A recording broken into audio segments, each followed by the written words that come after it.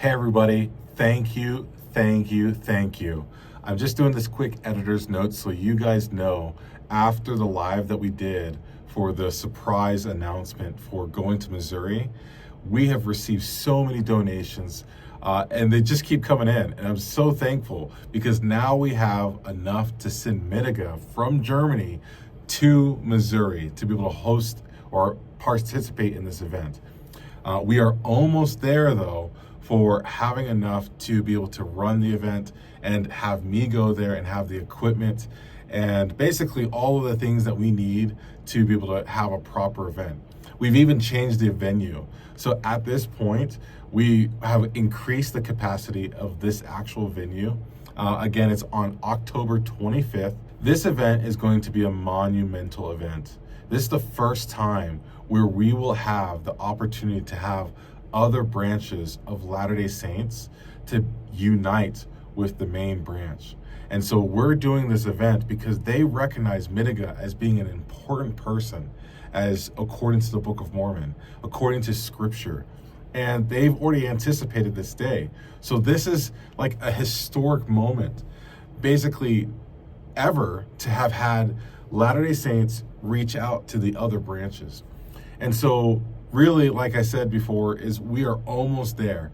We do need a little bit more in donations so that way we can be able to have all of the equipment, camera, gear, food, hotel rooms, and so forth to be able to continue with hosting this event and to make this a success. Of course, we're going to live stream this, just like we did with the Book of Mormon conference, the Ojibwe Outreach Conference. We're going to live stream this event at the end of this month. And in addition, we are going to be collecting donations for going to Mexico as well, so we can make this Key of David in the field. So basically, we have a lot of things in the works, including providing some additional content for you for making this channel a subscription. That's something that we do have an interest. In fact, you have even asked, our viewers have asked, if we have something that would allow them to subscribe on a monthly basis. Yes, we are in the works of that. We're in the works of even doing a Discord, and we're excited to have some bigger guests on the podcast, like upcoming Michael B. Rush. So stay tuned. Take a look at the description, look at the details that are being flashed on the screen, and yes, you are participating in building Zion. The time is now, as President Nelson has said, and I'm super stoked. I'm probably going more nuts than anybody else about what's going on. This is incredible, and I'm so glad and excited to have all of you participating in this. So enjoy this next episode in the Key of David podcast with Hook and his brother, and I will see you again next time. Seekers come together, searching for the way, guided by the Spirit, shining every day. Voices call from Zion, reckoning the pure, gathering the faithful where the truth is sure. Follow the Spirit, follow the light, follow the truth. Don't lose your way, don't lose your way. Follow the Spirit, follow the light, follow the light, follow the truth. It shines today. Welcome into another Key of David podcast here on Zion Media. I am joined by Trevor the Key Keys, and we've got to fill in a substitute, one might say, for David the Lion Douglas, and that is Latter-day Chad. He is joining us, and we have two amazing guests for you today. We have Hugh Hook Jones, what a cool name, Hook, and his brother, Ira Jones. Now, Ira, do you have a nickname like Hook, or is it just Ira? Yeah, I got a nickname. It's I've asked a couple of times. I remember the story, but it's Iwa, and I forget how I get it. I don't know, but when you're, I don't know how to get it, but I think it was JJ. I think I got a few people who calls me that. Yeah, it's real limited to who actually calls me that. So. Well, that's pretty cool. Well, everybody gets a nickname when they come on the show, if they don't already have one, and if they have one, then we showcase it. So we got Hook, an Iwa here with Latter-day Chad and Key, Trevor Key. So, and they're joining us all the way from New York. Yeah, I'm in Western New York. I live in Cheektowaga, New York, and Ira is actually coming to us from Texas right now. Are you in really? Texas? Okay. Yeah. I'm from. He has a job he's doing in Texas, but he's originally from here. Okay. And where is that in relate? Are you like in the Buffalo area? Yeah, Buffalo's like I can throw a stone and beat a buffalo. Okay, awesome. And we met Hook at the conference in Wisconsin. In fact, he spoke there. And so if you've been on our channel, we featured him and did a whole episode of him speaking at the conference. But Hugh and Ira, why don't you take it away? Tell us a little bit about your tribe, where you guys come from, what's unique about your tribe, and give our listeners some background as to like who you guys are and who your tribe is, and also your background as a Latter-day Saint. Go ahead, Ira. You can be first. Okay. Well, I'm a Seneca, but what I'm trying to say is that there's different types or different kinds from different areas. So there's an Allegheny Seneca, or August Seneca. There's a Tonawanda Seneca. We got kind of split up is what happened. So I just want to recognize where I'm from in that, but we're all Senecas. Usually from the Western New York area but I come from the reservation of Seneca, Cattaraugus. So Cattaraugus Seneca, grew up a lot of the years in New York, in Western New York, and moved a couple of times to Utah and then came back. And then eventually I got to my career-wise, I got into ironworking and wanted to do that as a young kid, and then followed up on it when I got to be an adult, or a little bit the younger adult. So I went away to Philadelphia for quite a few years, for almost 20 some years. And that's what kind of led me up where I'm at today. I just recently got done in a job with Detroit, and now I'm here in Houston, Texas area, doing a bridge. So other than that, I'm grew up in the church, did all the regular things, baptized at 8, all the priesthood stuff, and eventually met my wife. We got 4 kids, 2 girls and then 2 boys. Met my wife, and then we had some kids, and then we eventually got killed in the Toronto, Ontario temple. So just kind of history from there, really, just staying with the church, doing my best, and that's about it. Beautiful. Hook? I'm a little older than Ira, so he'll remember. I actually remember the days. It was kind of tough in the early days when I was a little boy. The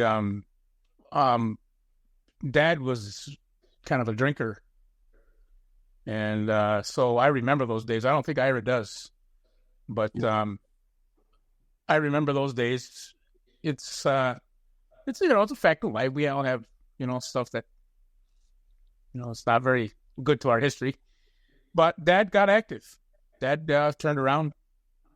And our family did the best they could, trying to live the gospel.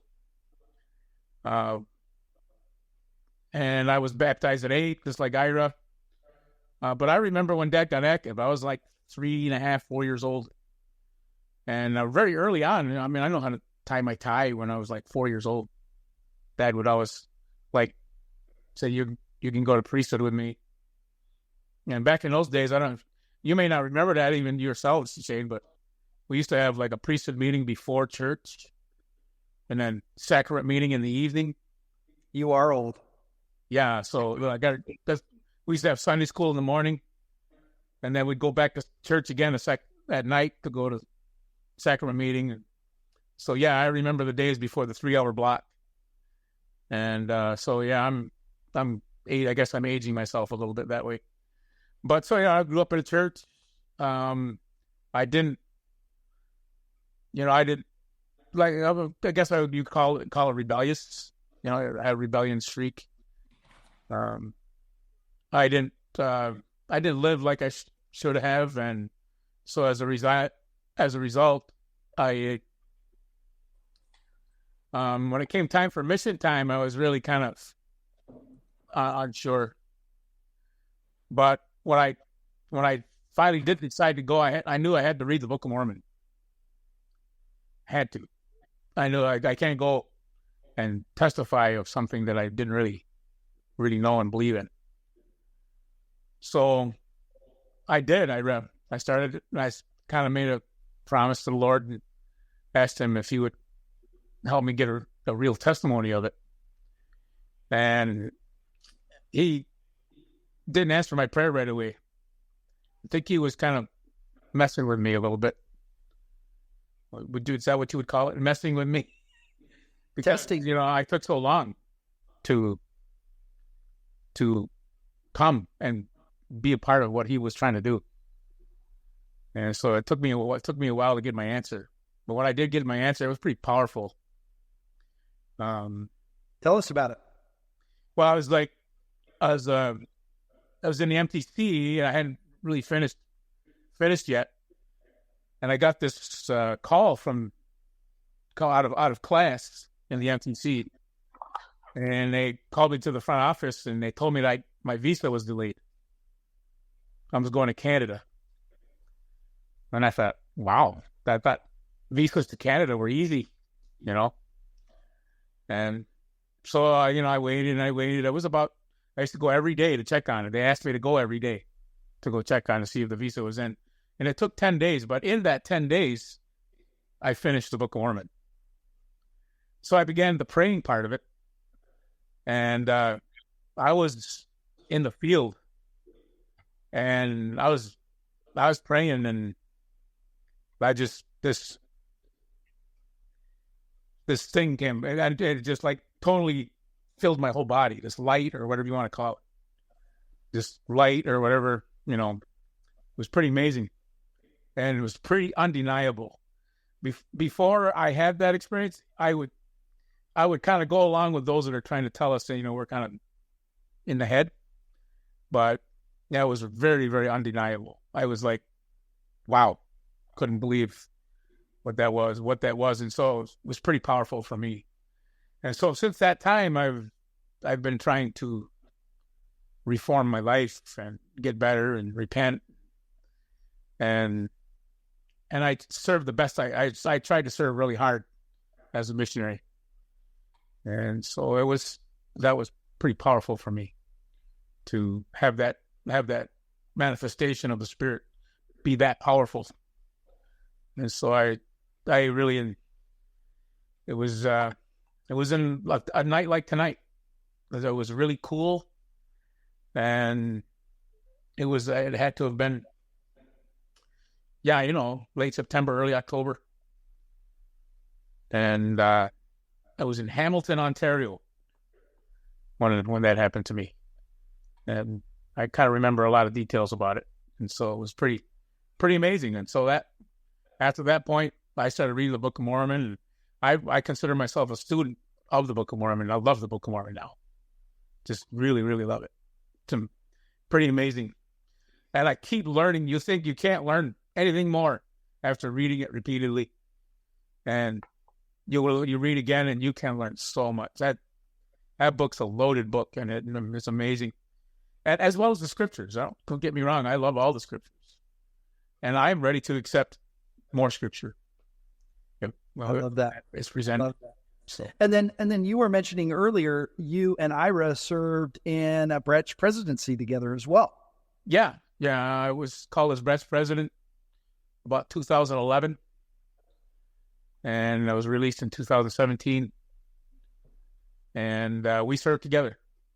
That's awesome. So tell us a little bit about the reservation you guys grew up on. Is the church a big thing there? Were you guys kind of, the outsiders as members of the church? When I read the Book of Mormon, I'm like, yeah, this is about the Native Americans, 100%. I don't care what anybody says. The Spirit's told me this is about the Native Americans. And so I can totally see Native Americans reading this book and having this experience, but I don't see a ton of Native Americans as members of the church. And so I'm starting to find them here and there. But tell me a little bit about the reservation you guys grew up on. How was the church out there?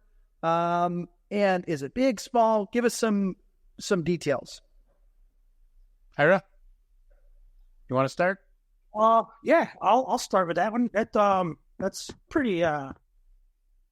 My experience was, when I was serving in the branch presidency. So when you serve, of course, you get privy with a little bit more information as to the members, right? So as I got that stuff and we're looking at records, I'm realizing that at the time, about half of the reservation is actually the church, which I had no idea. Like, I'd be looking through the records, I'd be like, this guy's a member? You know what I mean? Because, I know a lot of these guys in person, you know what I mean? And, you know what I mean? I couldn't imagine. I saw their name and I'm like, who is this? And of course, I know everybody by their nickname, and my brother would always know by their nickname and their proper name. So I would ask him, I said, who is this? And he would tell me, and I'm like, no way. You know what I mean? And I would just get absolutely surprised that the people that are on that record as being a member, but are super inactive. So that was one of my experiences with that. And I was pretty happy about some of the names I was looking at too. I mean, I didn't have any reservation against or any of the bad feelings about any of them. I was just like, wow, that's pretty cool. I mean, I don't know what that experience was like. What I had them jump into the baptismal font, And so I always was thinking like that. But, when you see those people, then it just, for me, it changed the way I was looking at people on the reservation. So it's a good experience for me. Yeah, we're the only unit of the church on a reservation east of the Mississippi. Well, at least at the time, maybe there's, maybe the church has grown to a point where I don't know about, but at the time we're pretty. And on top of that, the experience of growing up in the res, I grew up in an era when it wasn't uncommon to like hitchhike from one end to the other. It was like you could easily just stick your thumb out, and anybody that picked you up, you knew who they were. They were usually family or extended family or somebody like that. And now you wouldn't even dare do that. And so, I mean, it was real total small town as I was growing up as a teenager into my 20s. Very much a small town type feeling. Everybody knows everybody. It's one of those, everybody knows about everybody too. And so, we don't, they know that we're Mormon, but there's a lot of folks that don't have a real deep understanding of it. And I attribute that to my bringing up. My mom and dad, really did strive hard to instill in us the restored gospel. And so that's our experience. We grew up on the res. It's a unique experience. It's hard. I can't really explain it to you or describe it that much to you, but it's quite a different feeling growing up on the res, and then church is only 4 miles down the road for us all our lives, and it was kind of I just grew up. We had the early missionaries that came in the 40s were sent by revelation. Now, I used to have the revelation, but they were sent by revelation of George Albert Smith. And George Albert Smith, that was the Eastern States Mission at the time. And they wanted to put these missionaries on the reservation there. And so they did. They opened it up, and the missionaries would tell us in years later, in reflecting on their missions way back, they would say, it was one of the greatest experiences of my life. He says, I was in Philadelphia, and the Eastern States Mission. I was in Philadelphia, and you just get doors slammed after door slammed after door slammed. Well, you came to the reservation, and every person would talk to you. Every person would just, come on in, have something to eat. You know what I mean? That's part of our culture. That really is. Yeah, somebody comes to your door, you feed them. That's, you know what I mean? That's what it is. And in fact, it's actually considered offensive to turn it down. When you get invited to eat, it's offensive to turn it down. So as you can tell, I got the middle part, you know. So Gotcha. but yeah, eating's a big part of our culture. You know, it really is. And tell me a little bit more about the culture as a Seneca. Like, do you guys do the purification lodges, like the sweat lodges, and that kind of stuff? Is that part of the Senecas, or is that a different thing? Maybe I think it's quite a bit different than what you would, you know, like Mediga would tell us. Where ours is more, we got more Christianized sooner. Can I say it that way? Yeah.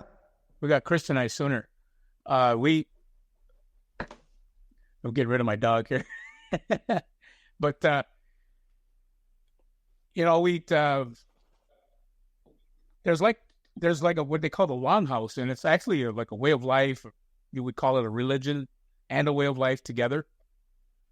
And the longhouse, that's the, you know, he talks about the lodge. We have the same type of thing. In the longhouse, in the ceremonies, you got men sitting on one side and women sitting on the other. And as far as I'm concerned, it's the temple. One time my dad was able to witness, one time we were at a cousin's wake or funeral, or we call it a 10-day feast. He came to a 10-day feast of one of my cousins, and my dad witnessed one of the leaders of the longhouse taking water and washing the head. And he was cleansing. That sounds really amazing stuff. Well, that sounds familiar. Where have we heard that, or where have we done that before? Yeah, you know, it's really there. You know, it really is there. The people don't realize, and it's actually been hiding. It's kind of been not used. You know what I mean? But yeah, I was convinced 30 years ago that the longhouse was a remnant of the ancient temple. You know, it was even 40 years ago. I was pretty convinced then. And I'm more convinced of it now, especially when Mediga comes forward and tells us about his lodges, and they got the men and the women sitting on separate sides, and, you know, all this stuff that's pretty amazing stuff. Yeah. You know, the temple is, to say that it comes from Freemasons is just like, I'm sorry, but I can't accept that. I don't. Yeah, I have a question on that. So, you said there's the men and the women on each side in the longhouse. Is there anything similar to like the veil or signs and tokens in the longhouse, like Mediga talks about? And yeah, I don't. You know, Ira's been to ceremony. Maybe Ira could speak better to it. He's been to ceremony before. You know, he's been to live once. The only experience I've had with something similar to that is that it's you coming in the door, the one door, and the women coming in the other door, you sitting on opposite ends of the room. But maybe not so much a veil, but they talk about in their, because, well, just put it this way. When you're in the longhouse, they speak Seneca, so I didn't know Seneca, but they have it all in English translation now. And so I was reading about it with one of my buddies' dads. He's a keeper. So I was reading about it, and it talks about us walking or parting the veil, parting a thin layer to come into this world, and that we're born here to a mom and a dad, and that we're supposed to follow them and to create a threesome, like a group. And so it talks about that a lot. But I really don't know much more than, you know, other than, you know, I know you receive a name because I got many friends that are not on Seneca, but they're Oneidas and Onondagas and Mohawks and stuff, and they all get. If you go through the tradition, you get a name. You're only supposed to use that name in the longhouse. And when you go into the longhouse, and have ceremony, they actually have speakers too, and they each represent different things similar to long. So in other words, when I went through all this at a younger age, I didn't quite understand, and I still don't. I'm not all the way there yet. Again, I'm trying to start to look into it more. But just put it this way: when I finally went to Toronto Temple to do my endowments, it was very eye-opening as to, I was like, man, this isn't any different than when I was a kid going to Longhorn trying to figure things out.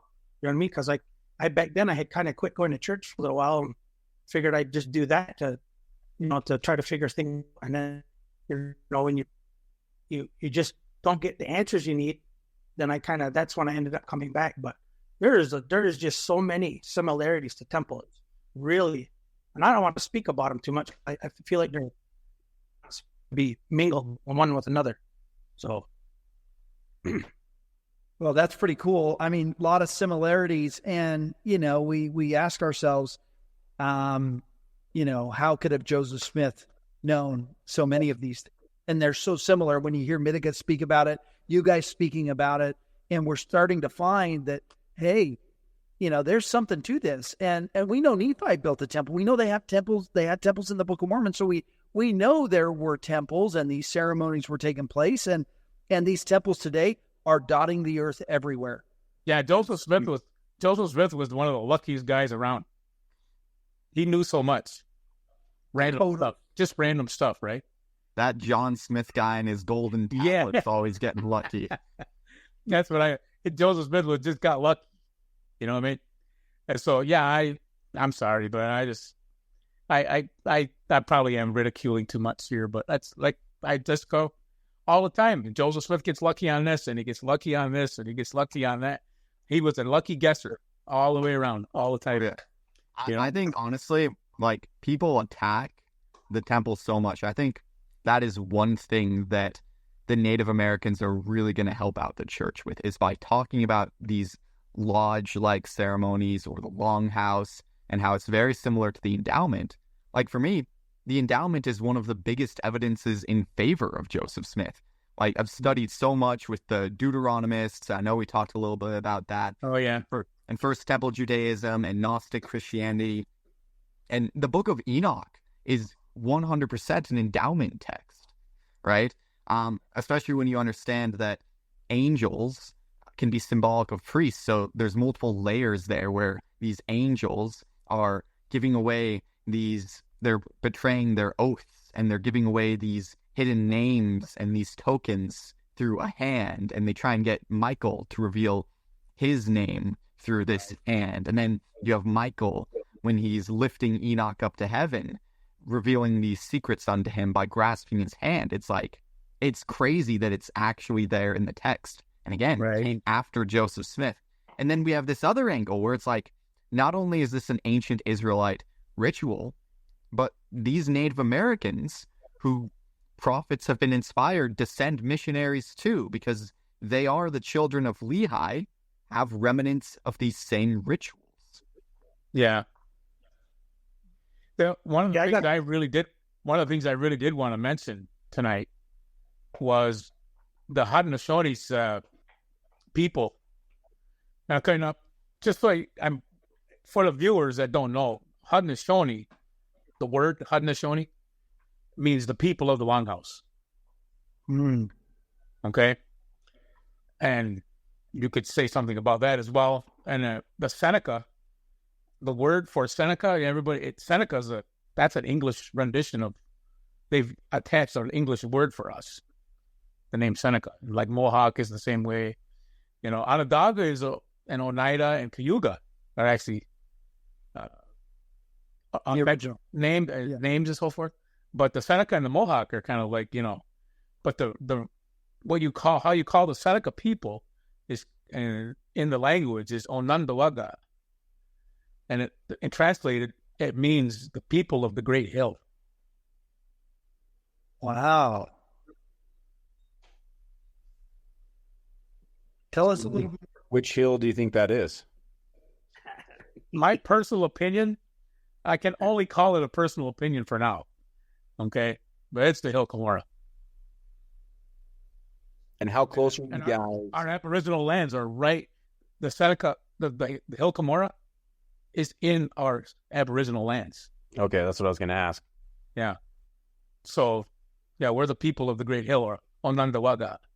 So let's talk about the rumor. Chad, why don't you kick it off? So that does remind me. So I remember it was a video by Ancient Answers talking about the Seneca tribe. That's why the name stood out so much to me when I met you, is because I remember this story about, I think it was James Talmage, who went to the Seneca, and there was some conversation that got started about their history being lost in some hill in New York, which goes back to the people of the hill.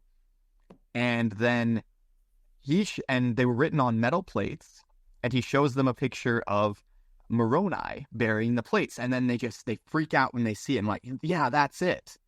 Right? Yeah. And I remember at the convention, we had a conversation about that, about how there are members of your tribal group who they are not LDS members, but they do believe that you had metal plates and that your history was written on it, and that maybe somehow Joseph Smith got a hold of those. What's that story? Well, all I know is that there's a kind of a sentiment of some of the people in the area who I've actually heard it from their own lips, from leaders from some of the other nations, Hugh Nation, that I know of.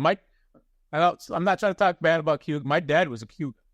Okay, so they're basically making an accusation and saying, the Mormons, Joseph Smith, stole the plates. It's kind of an accusation. And you kind of go, well, you don't believe that the Book of Mormon is authentic, yet you believe that Joseph Smith stole the plates. Right. You know what I mean?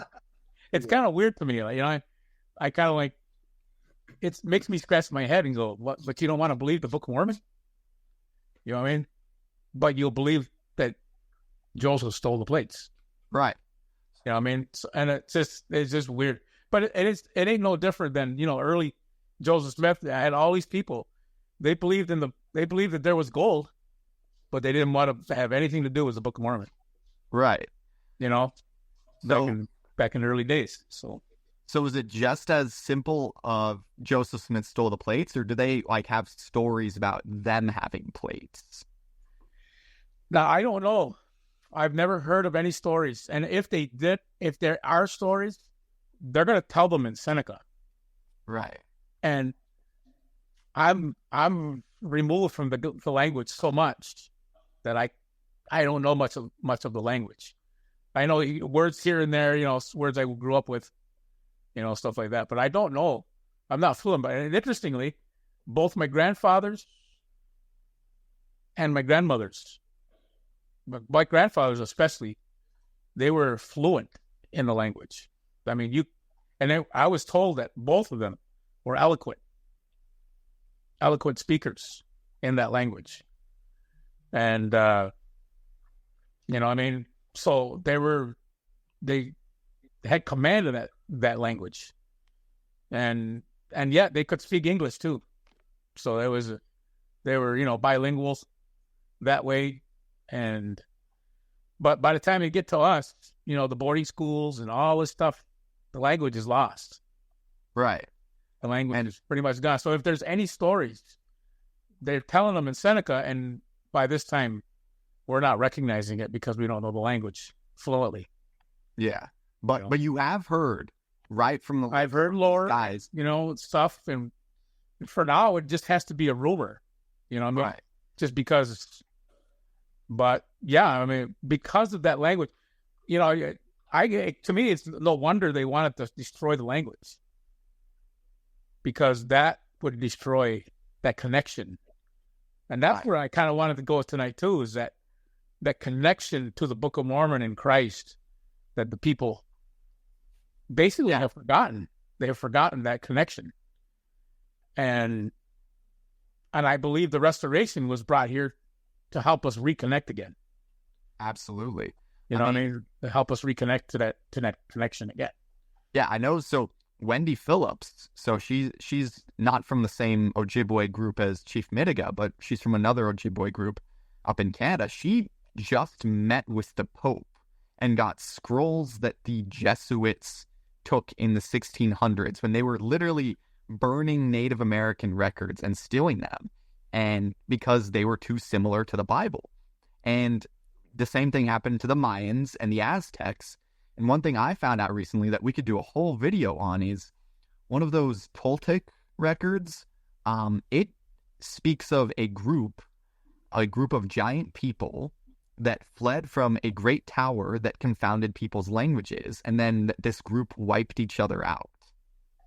And that's in an actual like Toltec record, pre-Book of Mormon, that's very obscure, and it was one of the only records that survived this burning.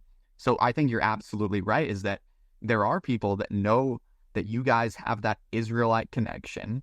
I know there have been certain things about, they're covering up the haplogroup X DNA and all that stuff as well. And I do think there's a conservative effort to get rid of that connection. Yeah, and I really did kind of want to talk about that. And I think one of the reasons why I brought Ira on, I wanted to bring Ira in on our conversation tonight, is because I want people, I'm not bringing this up to start division, okay? But people do need to understand this, okay? And I brought it up in my presentation in Wisconsin, but discovery doctrine was like law. It's like if a king says this is how it's going to be, that was how it was going to be, and the papal bulls, meaning the laws of the Pope, okay, brought about this thing called discovery doctrine.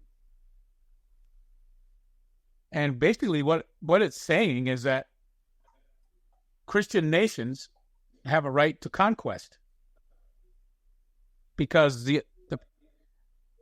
in those days they believed that the Aboriginal inhabitants of these lands had no connection to God. They were savages. They were, what's another word? They were labeled as, 3/5 of a man. They were labeled this was bad stuff. Okay. But one of the last papal bulls, which is to me was kind of a slip up by the Pope, and he basically said that one Christian nation doesn't have the right to infringe on another Christian nation and take their land. And so my thoughts are, if we can, and we're never going to prove the Book of Mormon. People have to prove the Book of Mormon for themselves through the Holy Ghost. But when the Book of Mormon is true, like it is to me, then we learn that the ancient inhabitants of America were Christian long before Columbus ever came here. And that is, to me, the gist of what I was trying to bring about, is that though it was bad the way the land was stolen, and frankly, even the LDS Church participated in discovery doctrine. And so that's where it gets kind of, elaborate more on discovery doctrine. You're talking about it like we know what it is. First I've ever heard of it. Oh, is that right? Is it okay? Yeah, I've never heard of it. It's a papal bull. It's a document from the Pope, and he said that you can conquest any land, and you can displace the Aboriginal inhabitants, and it's okay with God. So as far as I understand it, guys, the doctrine of discovery is the Pope dividing the world up into corridors where other nations or part of the empire, depending on whether it was the French or the English or the Italians or whatever, he was dividing the world up into corridors where they said, okay, the Spaniards, the Spanish, you got dominion over this part, and you can go and take all of that land, and you can put your flag in the ground, and it's you've discovered it for us. But if there's a Christian nation there, you're not allowed to do it. But if there's anything else there, you can do it. So the natives, any natives anywhere, I don't care if it's in Africa or if it's in South America, Central America, North America, they had this thing called the rights of occupancy. Okay, that's described like a fish the fish is to water or a bird is to the air. They have a right. The natives had right to occupancy, but have no land rights to that property. There's no ownership to it. So that's pretty much what the Pope was doing. Is he was dividing the world into corridors and allowing the whole Christian, in the name of Christ or in the name of God, they were able to go and go over whatever land that they could get their hands on. Wow. And that's Manifest Destiny. That's where that ends up coming. That's kind of like the American version. Yeah, the American version of that is Manifest Destiny. Right. Yeah, that's what they're. So Manifest Destiny, and everybody goes, wow, it was racist and everything like that. Okay, and it was. Okay, but to me, that is just the tip of the iceberg. Okay, the racism is just the tip of the iceberg. And so now you look at, all of a sudden, discoveries are being made of like the 10 Commandments in Ohio. Right. And Hebrew writing in Tennessee. And the Yod Hevah symbol in Michigan. You know what I mean? All these things are bringing evidence that wait a minute, there might have been a Christian people here before Columbus. What are they going to do? So what are they going to do with this information? They got to bury it. Because why? I just think going because they can't go on. Okay. All they're gonna do is pick up the phone and call the Smithsonian and be like, "Yo, bros, we had another one." Yeah, and the Smithsonian, like, here's another thing. The founder of the Smithsonian was the son of an anti-Mormon pastor who lost a lot of his congregation to Joseph Smith. So there's already that bias there too. Right. From Ira. Yeah, I've literally had non-LDS members, people who aren't religious at all. I've had Seventh-day Adventists DM me on Instagram, like, hold up a second. I've heard all these stories about some farmer in Ohio somewhere that dug up some weird Hebrew-like artifact and that it got covered up, that these men showed up in suits, and then it was never heard of before. And this stuff still happens today. Like, there's so much more than the Bat Creek stone or the Decalogue stone. Those are just what got slipped through the cracks. Right. And with me investigating the Mississippi culture, I found some other stuff that slipped through the cracks too. I found that they have on these artifacts in museums that the people were too stupid, I guess, to realize that these were Hebrew. It had the hand of Miriam, which is a Jewish Kabbalah symbol, with a Star of David. And that was found in Mississippi mounds. And they just had no idea what it was. Yeah. And that's what I want the light to go on for the people when they watch this presentation. I want the light to go on. See, that's why to me the Book of Mormon was so threatening. Okay? The Book of Mormon is so threatening. We're going to throw and we're going to discredit the Book of Mormon all we can. The Smithsonian is even known to discredit the Book of Mormon. They talk about there's no evidence of any kind of Reformed Egyptian. And, the Smithsonian's made several statements about the Book of Mormon. And they basically throw it under the bus. Okay? But that's what you got to do when you're protecting your own law that says, we got this land. And we got to face the fact that America is ill-gotten goods. And I know that's offensive. Even Latter-day Saints. That's the reality. Can you imagine something like what happened then happening now? Right. It's actually like crazy when you compare what actually happened when we're piecing all these things together with the new information we're getting from the natives, from the Book of Mormon prophecies, from the Nemenhah, We're piecing these things together of what actually happened, and it does not match what we were taught in school. Like, nobody talks about the mounds. They say the only civilizations in North America were just like the Mayans and Aztecs, right? Well, hold on a minute. I remember learning about the mounds in 5th grade. Well, I don't. That's Okay, the thing. but since then, you're right. They've taken a lot of this information away from the schools, Yeah, like away from the public education. Yeah, they didn't teach me. Like Right. I believe in a full continental Book of Mormon like Midiga presented. That was actually very close to my own theory. But here's the thing. A lot of people, they can't get on board with it because as far as they're concerned, the mounds are just piles of dirt. But there was massive population centers across the eastern United States, some of it surviving to the time of Columbus. There were buildings when Columbus arrived. And what's presented in school? Oh, there were a bunch of uncivilized people in loincloths and they didn't have any buildings and they were running around. And it's you're right when you're like, racism is just the first level of it. It's about conflict. Yeah, it it goes way deeper than that. We It were goes way deeper than rightfully racism. taking this. Right. Absolutely. And so all I'm trying to say is, and I hate to say it this way, but the church used Manifest Destiny too. Yeah, I agree. Okay, they use. But I think, listen, I think that's a hard thing for a lot of members, and I've had to like come to grips with this, right? Like, listen, come to Utah, we're rich, like nice houses, nice cars, we're rich, like things are really, really good. Look at the church; it's got $500 billion, right?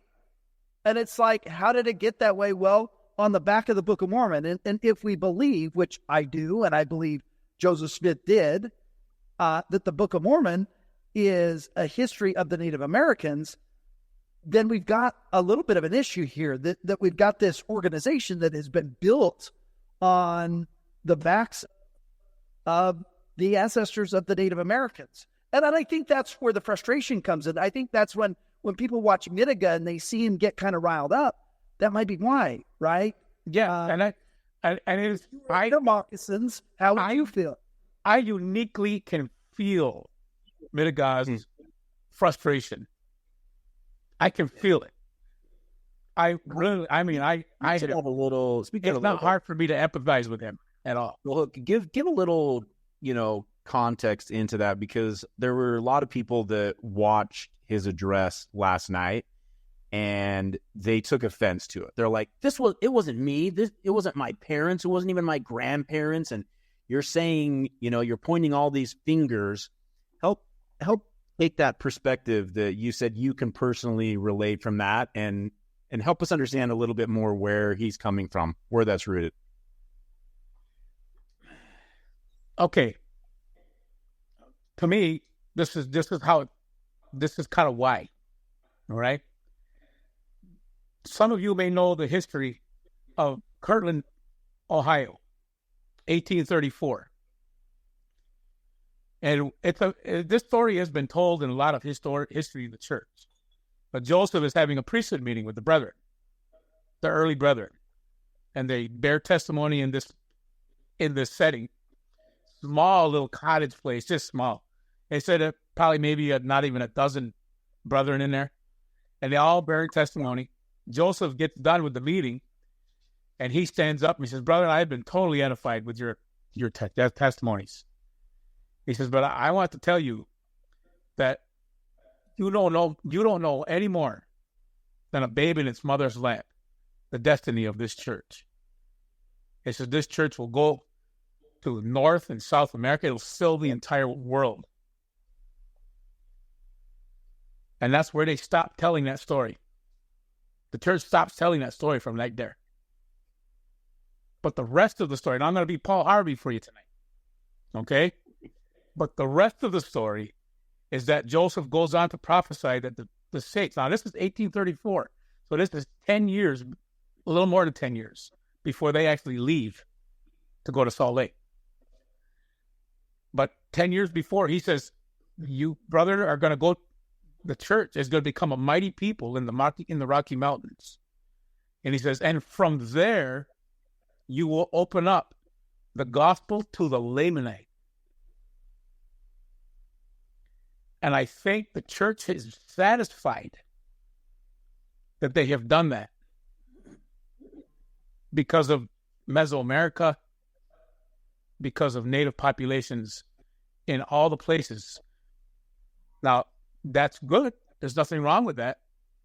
But I don't think the main strain of the Lamanite are in Mesoamerica. I think the main strain of the main vein of the Native American are in North America and in Canada. And so that's my angle on it. That's how my mind makes sense of it all. And Yeah. So then I agree. the church hasn't really done what Yeah. Joseph said they were going to go do. Now, So hold on one second, Chad. Hold on one they second, Chad. think So they have done it. Okay. tie that into the Mitiga frustration. That's what I was hoping. That's exactly where I'm going with that now. Okay. Okay. Yeah. So they think they've already done this, and we're just getting in the way now. He brings Native people to the conference center, and the rejection seems like more of the same. Like we're used to that. Yeah. You know what I mean? It's the pride of Ephraim. That's what I think it is. I think the Latter-day Church in the prophecies of Isaiah, they are represented by Ephraim, and this is the pride of Ephraim. And here's the thing. So my perspective, I think a lot of this has to do with people having their pride in their Latter-day Saint heritage. And I can say this because I don't have any Latter-day Saint heritage. My parents are both converts to the church. I am basically a convert later in life, and I don't really have any attachment to the church in that way where I'm so proud of my pioneer ancestors. If anything, the 1% Cherokee Indian in my blood, the one drop of Native American in my blood is closer to the church than any of my ancestry is. And that's even a stretch, right? So I don't really have any attachment to that. But what I see is I was convinced that the Native Americans had a connection to the lost tribes of Israel before I was convinced that the Book of Mormon was a true and genuine record. I've also seen, personally, one of the times was at the conference on the projector, that old Ojibwe man, I think his name was Solomon something. He was the one who was presenting with Mitiga, and he talked about how they knew Jesus Christ before the Spanish came there, and that the Jesus they knew was not the Jesus that the Spanish presented, but the LDS Jesus. That is the great peacemaker, right? And I've heard similar accounts from Native Americans who have said that they know the Book of Mormon is a record of their people, but because of the pride and worldliness of the people of the church, not even the prophets, the people, they are turned away from it. I've met non-Native Americans who are turned off by the same thing, and it really exemplifies this conversation in a comment section I had earlier where someone was accusing Mitiga and the Native Americans of being the pride that Bednar was talking about. And I was like, hold on. You think that when Bednar is saying that the modern people of the church are like the Nephites of old, that the Lamanites are more righteous than them, and that if they don't get rid of that pride, they are at risk of having their birthrights taken. And 3rd Nephi very plainly says the Gentiles will reject the fullness of the gospel. The righteous Gentiles will be numbered among the Israelites and the Lamanites, right? That's where we're at right now. And it's the people, not even necessarily the leaders. I don't think that someone like Bednar or Nelson would have disrespected those Native American elders that way. But it's terrible. It's truly terrible. And it's in a way a wake up to me personally to see that this gathering of the tribes group, it's someone completely even separate from Mitiga, right? They're doing their own thing. They're feeling inspired right now, like, hey, we need to speak up and tell our stories because I truly believe it is the time of the Lamanites coming. And meanwhile, these people who are doing missionary work for the Native Americans are getting turned away, are being disrespected like that. And that is absolutely terrible. These are the children of Lehi. And you're right when it's talking about the main Lamanite strain. I do believe the Mesoamericans are Lamanites. I do too. But the the Native Americans of the Great Lakes, the Cherokee, the Seneca, the Ojibwe, they have like testable Hebrew DNA, haplogroup X, haplogroup R. They have Egyptian DNA markers, no doubt, from the Lehites who were descended of Joseph of Egypt, who had an Egyptian wife, right? And your people have this story that I've heard apostles have records talking about this, about the Seneca having this final battle where they lost their records to another group of people they wiped out on metal plates at this great hill. And you yourself said that your people are named the people of the Hill Cumorah. And that's, I know we don't, personally, I believe that it is the Hill Cumorah, and that the name represents that. Absolutely. But if you present that to a Seneca person that's like outside the church, they're not going to be so inclined to that.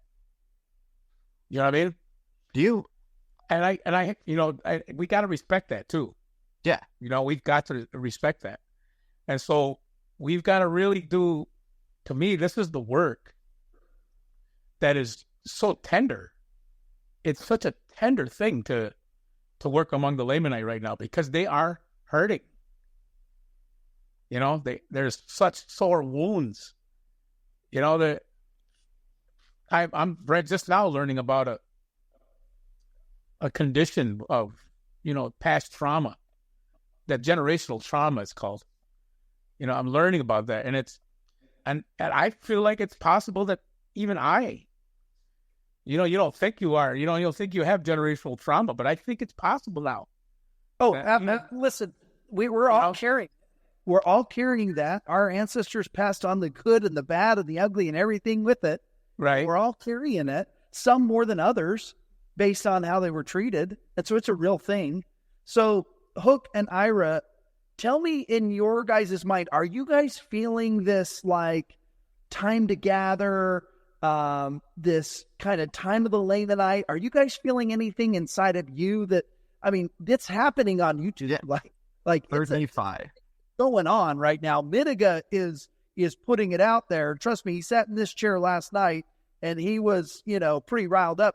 Are you guys feeling that as well? I feel like personally, I don't know about Ira, do you want to start with that one? Yeah, it might be kind of lengthy if I tell you though. Fire. Listen, my whole thing with this my whole journey with this whole situation has always been has not always been. I always felt like the church was true, right? And the one thing that I've come to know recently, and I've really felt strongly about this, is that I believe the Seneca or the Haudenosaunee, okay, have the government. Okay, we had the government that the Lord wanted the founding fathers to adopt. Okay, and they did but kind of screwed up some major points in trying to implement the Constitution of the United States. Okay, but my reason telling you that is because I'm a real fan of the founding fathers. I think they were great dudes. You know what I mean? I just think people's their thought of how they were inspired, I think, has been diluted. Okay, I believe. Okay, think about it. The founding fathers, what type of a world do they come from before they come here to the new world? Right? They come from kings and queens, monarchies and tyrannies, right? So I know they're running from something, and I could feel that too. Like if I was them and I was running from that and I got here to the new world, I would be like, yes, look at this, a clean slate. I want to do this the right way. Okay. And we have a lot of records. We have a lot of instances or stories we probably could share where the founding fathers met with a lot of our leaders, right? And so my whole thing with this, the Haudenosaunee had the government that he wanted to pass on to the founding fathers, and I believe they got it a little bit wrong. But in saying that, this is what I believe. I think the natives had the government, but we lacked the keys and the authority. Okay, and then later on down the road, Joseph comes, right? 1820, 1830, finally organizes the church. Now the keys are finally on the earth. But Joseph tried to start the government. This thing called government and the church are two in one. It's not just one thing. And you can't have one without the other. Okay? To me, that's why the church was chased out to Mexico, beyond the borders of the, in the borders of the natives, right? Mexico. They were chased out there on purpose. The Lord put them out there so they could start the Council of 50 and they could start the living the law consecration. He gave them the opportunity and they kind of didn't do it. You know what I mean? For whatever reason, I'm not sure of that because I'm not convinced of that. I'm not sure why, but we do know that they didn't do it. And because they didn't do it, now they got statehood, right? I think the U.S. was allowed to have Western expansion and made Utah a state, and then pulled the Mormons in that way. And now the Mormons are under this government that doesn't quite add up to what the Constitution originally says. And even in the original words, some of those words are a little bit questionable to me. So that's what I'm trying to say is I think we had the government, but we lacked the keys. But then the keys got here, and then they left the government. So I feel like this is where we're supposed to come together. But a lot of people don't want to see it that way. They do not want. They don't want to believe the Indians. We're all just from both sides of the coin too. Yeah, absolutely. Yeah. Now here's they got good stories, and they got good lore. And they got that's really nice and all that, but they don't believe a thing that we do, a thing, anything. Yeah, you know what I mean. Kind of, that's the thing that I think Midiga's feeling. That's the thing I feel, and that's how I can relate to him. Gotcha. Hook, do you have anything on that? Well, I just think it's again, we are just being left out. I personally believe, this is just a personal belief of mine, but I believe that the Haudenosaunee were actually trying to annex the United States into their government, but they wouldn't come.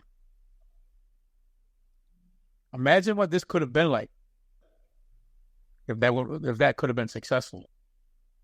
Yeah, they could have been a nation unto their own. They could have been a nation unto their own. They could have been a nation unto their own, just like the wampum, the Hiawatha wampum with the tree in the middle that squares on the outside. Well, those little tabs on the outside of the outside squares are for additions.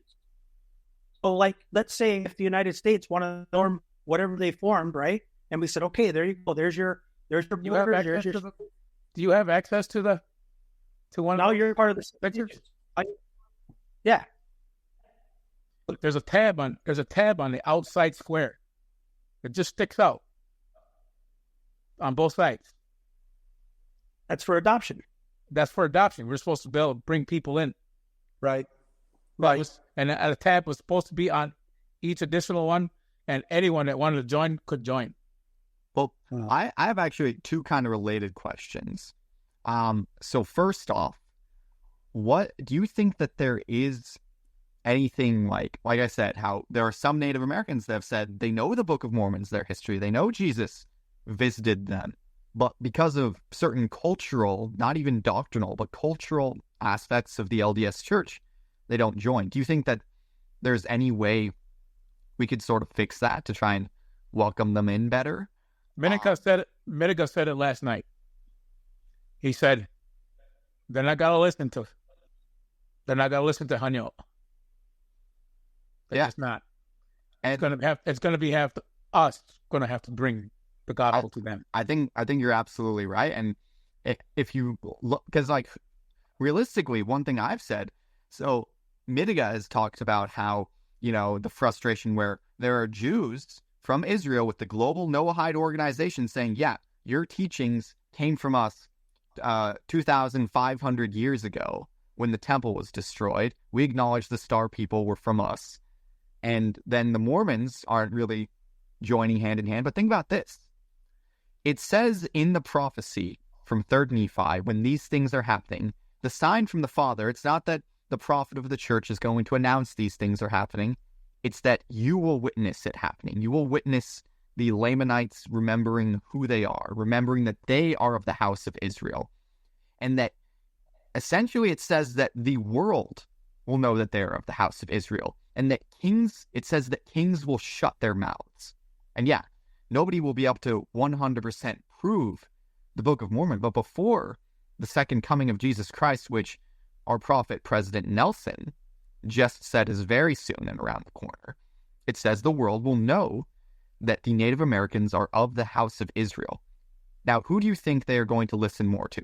The Mormons or Jews from Israel standing hand in hand with the Native Americans who have metal plates, who, like the Cheyenne tribe does, who have scrolls like the Ojibwe have, who have scrolls that they just got back from the Pope that testify of the Book of Mormon? Now, that certainly sounds like something that'll make kings shut their mouths, right? So I think in a way, the fact that this remnant rising is coming from within the Native Americans is exactly how it is supposed to go. The prophecy in 2 Nephi says that one among them who is mighty and strong will rise up for this work, right? That these things are prophesied to happen. And I do see certain members of the Gentile church who are grafted into Israel who are getting a little prideful and offended because they're convinced themselves that they're super special, right? But it's going to happen, and there's nothing people can really do about it. Do you have any thoughts on that, on the third Nephi prophecies about the rising up of the Native Americans in the last days? Yeah, well, I had especially felt that to be very, very more really coming to fruition. Especially when I was like doing a lot of work with the Ezra's Eagle prophecy, when it talks about the Eagle Nation and the lion. Ooh, the lion. I wonder who that is, right? Yes. And if you read, 3 Nephi 16 talks about this lion that's going to tear in pieces. You go read it. It's right in there. 3 Nephi 16. The lion is going to tear in pieces. And it says in there that the lion is the remnant. Yes, absolutely. Okay. And so I don't know what tear in pieces means at this point yet, but I don't think it's going to be maybe it won't be pleasant. Maybe doesn't sound good. No, doesn't sound good. And yeah, it doesn't sound good, right? And here, and I think what happens when the remnant rises, which I believe is happening literally right before our eyes, you start getting torn apart. Like, this is what happens. You're at this place where it's like, I don't know what's going on here, and you're feeling uneasy, and people feel uneasy when Midiga's speaking about these things, and it kind of tears you apart inside because you don't know how to feel. And the remnant is rising. And in my opinion, one of our main goals with Zion Media, the first guy that we had on here was Cloudpiler, was a chief.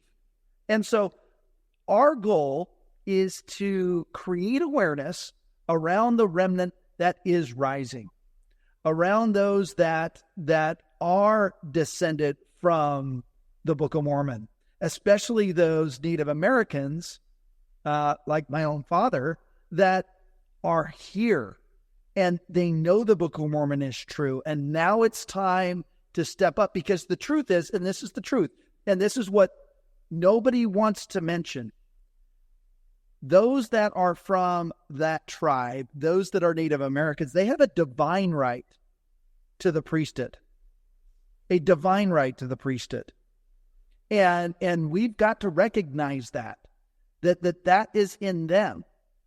And so I'm seeing it happen. I'm seeing this remnant rise, and I'm hoping that Hook and Iwa, you guys can start rallying your troops, bringing your people, your stories, and that those of us who are from the tribe of Ephraim can say, hey, you're here to help us. You're here to help us.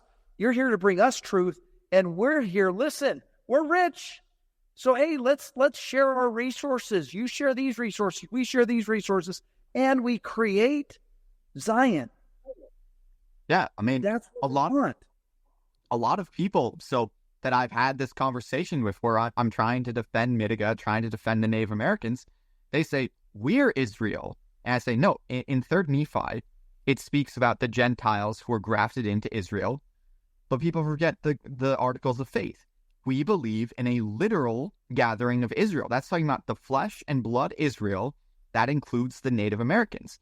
And a lot of times, I feel like there's sort of a disrespect because through a lot of the Book of Mormon, the Lamanites are seen as like the bad guys, even though they're more righteous than the Nephites by the end.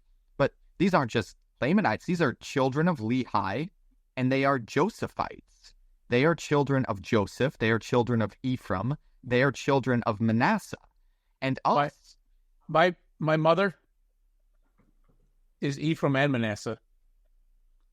Ira's Manasseh. My dad is Manasseh. And I'm Ephraim. Exactly. Like, right in the same family. Right out of the same family, we got it. Yeah, and I've seen that. And I've seen that. double portion. It's Exactly. Joseph's double portion. Exactly. The Nephites and the Lamanites. And we know that the remnants of the Nephites mixed in with the Lamanites. So realistically, you guys are descended from Nephi and Laman and Lemuel and Ishmael and all of Just those like guys. Samuel the Lamanite.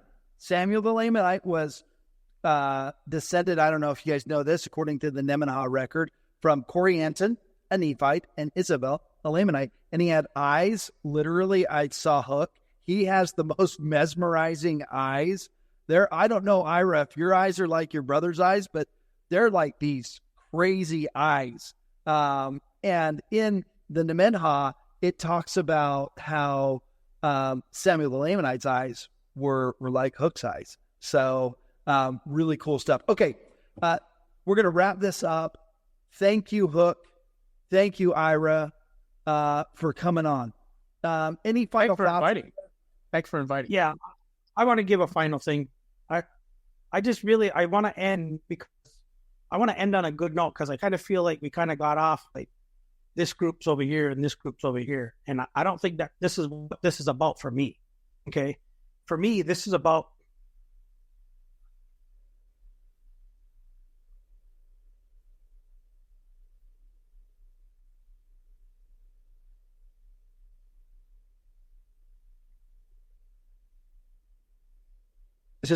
united.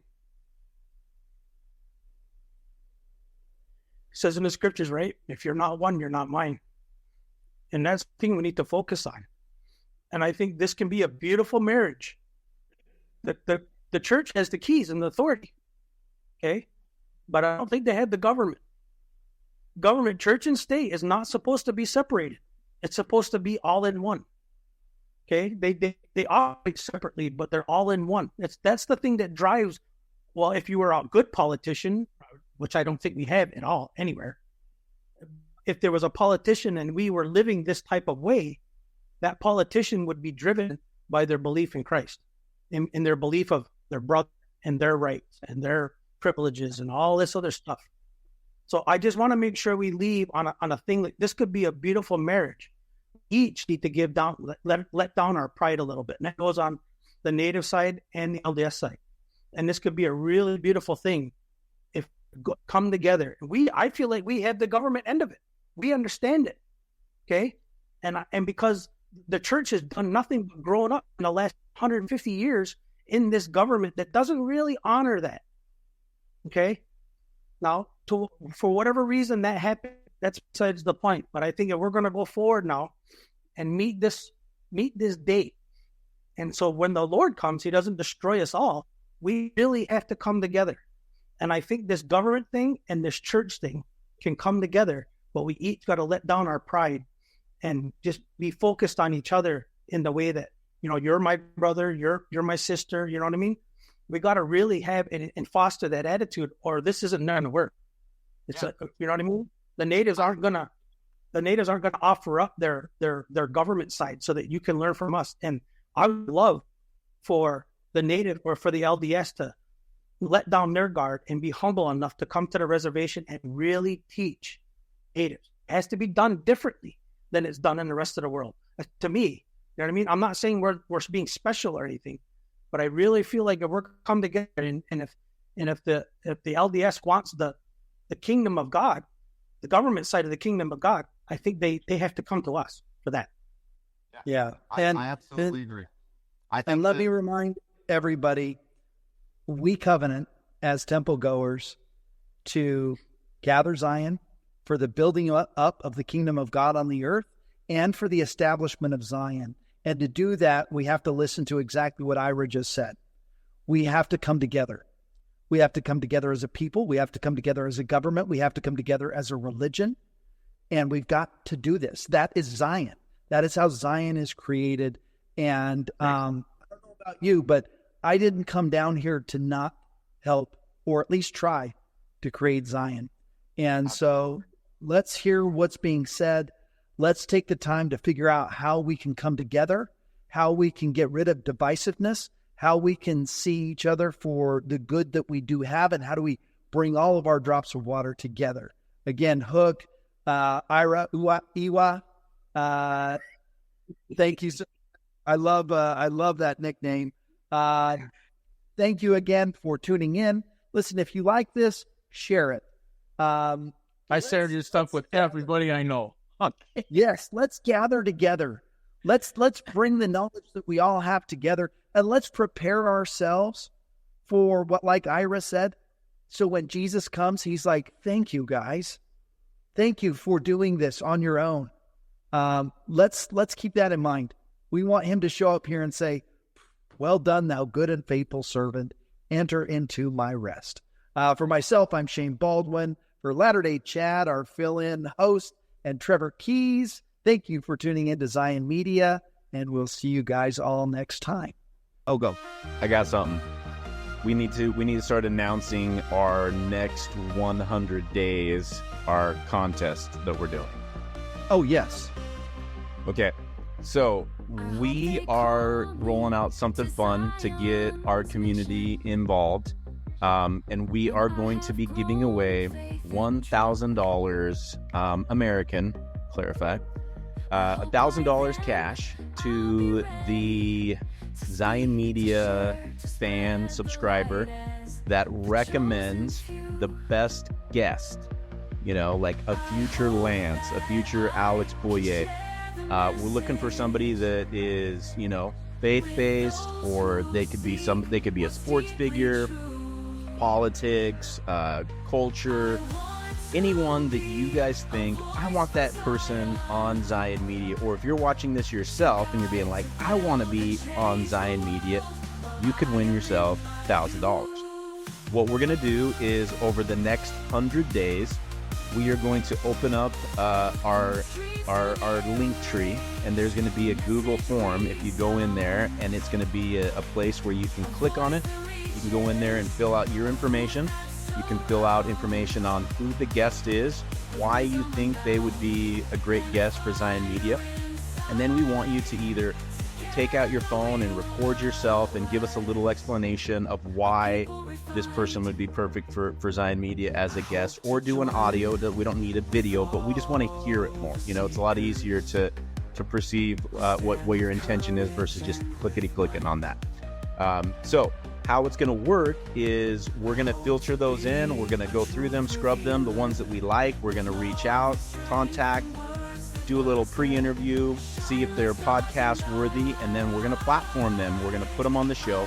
And as we put these on, once we get 2 or 3 people on, we're going to open our socials up for voting, where you as the fans are going to help us determine who is the best guest. Over the course of the 100 days, whoever is voted in as the best guest, it's kind of a 50-50 criteria. We believe it. And then the votes will determine who the winner is for the $1,000. And 100 days from now, before December 21st, we're going to get that $1,000 out. Someone will have some Christmas spending cash or some personal cash. So Trevor, quick question. If I recommend, you guys should have Sylvester Stallone on your program, they need to introduce us to Sylvester Stallone. You got to be able to recommend somebody, and then it's like, not only do you recommend either yourself or somebody else, you got to bring them to the table. Yep, you got to be the next year in chief. If they know Tucker Carlson or someone big or like Elon Musk, they'd have to give us their number. Right? Well, not only just give us their number, we don't want to call and be like, hey, David gave me your number. They need to make the connection. They need to help platform them. Put us on a text thread, put us on an email thread. You've got to be the connector in order to qualify. Exactly. Want to win, nothing